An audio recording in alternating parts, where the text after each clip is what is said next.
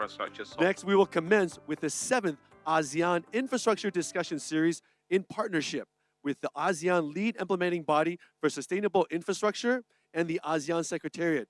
It is my pleasure now to invite His Excellency Datuk Badrul Hisham, representative of the ASEAN LIPC and Deputy Secretary General for the Ministry of Economy Malaysia, to deliver his opening remarks. Please help me welcome him on stage. Your Excellency, please.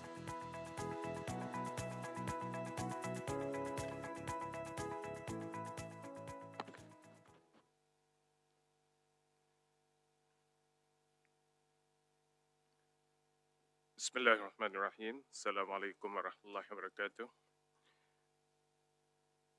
Mr. Lavan Thiru, Executive Director of Infrastructure Asia and LIPC representative of Singapore.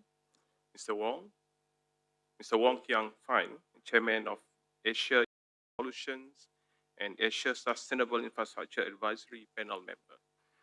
Distinguished guests, policymakers, industry leaders, innovators, and friends, selamat pagi and a very good morning to each of you.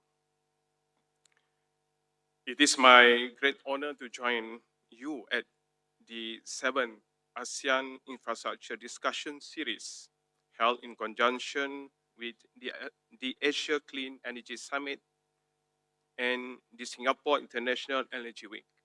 On behalf of the ASEAN Lead Implementing Body for Sustainable Infrastructure, or LIPC, I would like to extend my deepest appreciation to Infrastructure Asia and the Sustainable Energy Association of Singapore for convening this session.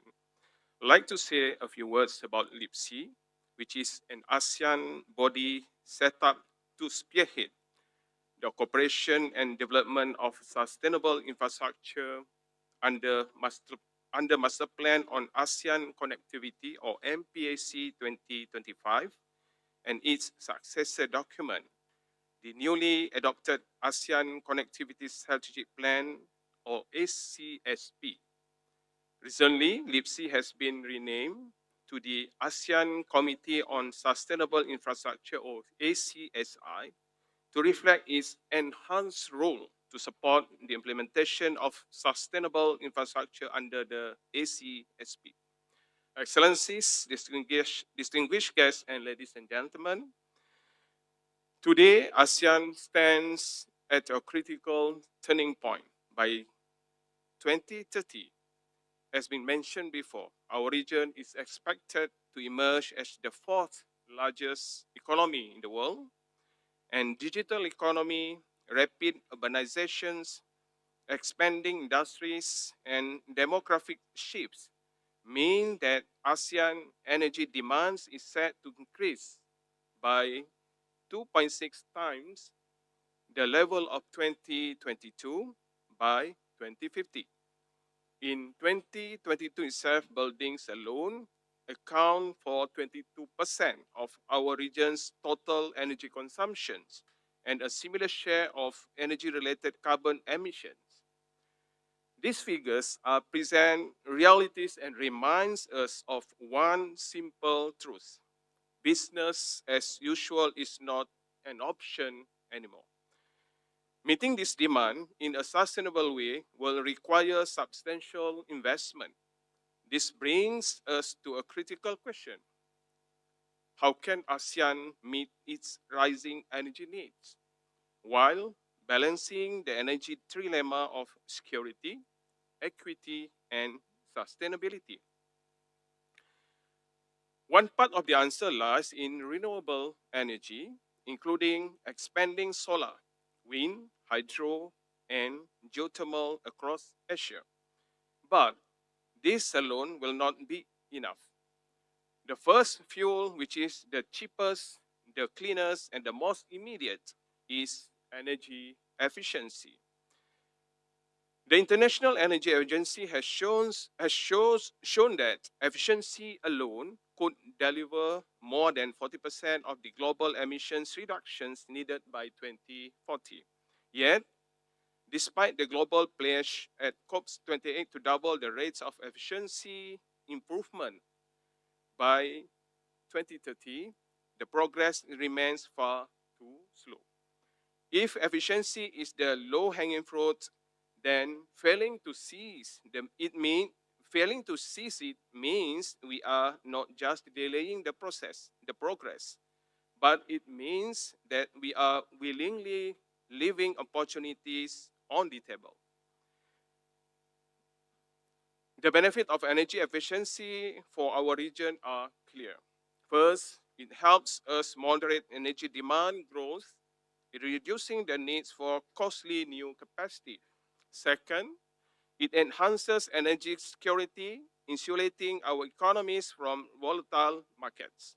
And third, it ensures equitable access to affordable energy for households and businesses. And finally, it supports our sustainability goals, helping us deliver on our climate commitments while building a greener future.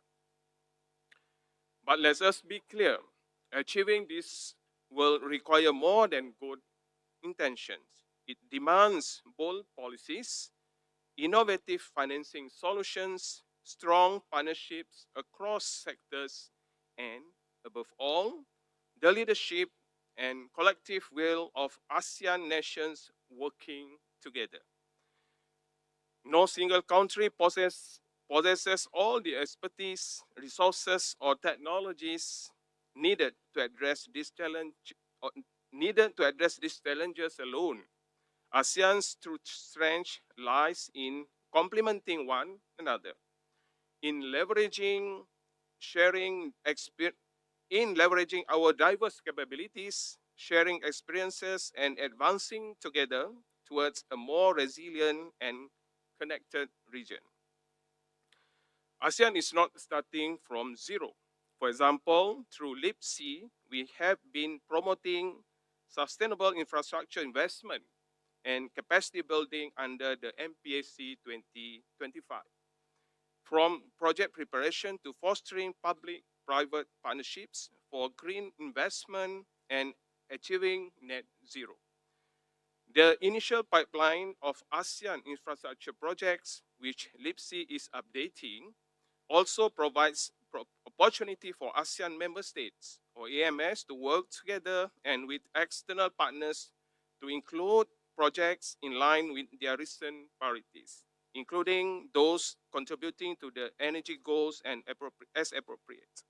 This is why today's program is so timely and so crucial.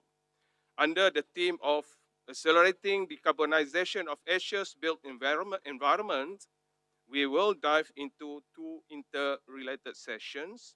We begin with session one, Greening ASEAN, Decarbonizing Industrial Parks for Sustainable Economic Growth, focusing on how industrial zones, the major energy consumers, can be transformed. And we then move to the session two, Scaling Decarbonization of Asia's Built Environment, Unlocking Opportunities and Financing Instruments for Energy Efficiency, where we will explore demand aggregations and novel financial tools, enabling energy efficiency to serve as what we call the first fuel. Together, this discussion will bring policymakers, private sectors leaders, financiers, and innovators into one room to share insights, uncover solutions, and chart a path that ensures growth and sustainability go hand in hand. We cannot simply build more capacity and hope for demand to flatten. We must reshape demand, embed efficiency in every policy, every investment, and every building. Excellencies, distinguished guests, ladies and gentlemen, history has shown us that great transitions are never easy, but they are possible when vision meets action. Asia, particularly Southeast Asia, has the talent, the capital, and the creativity to lead in this space. What we need now is the courage to act and the commitment to act together. So let us use today not just to talk about what should be done, but we decide what we will do as policymakers, as business leaders, as citizens of this region, and as stewards of our planet. On that note, I invite all of you to engage fully, ask hard questions if possible, challenge assumptions, and most importantly, leave this event with a renewed sense of urgency and purpose. Thank you once again for joining us. Let's make this a day of insights, inspiration, and above all, action. Thank you very much.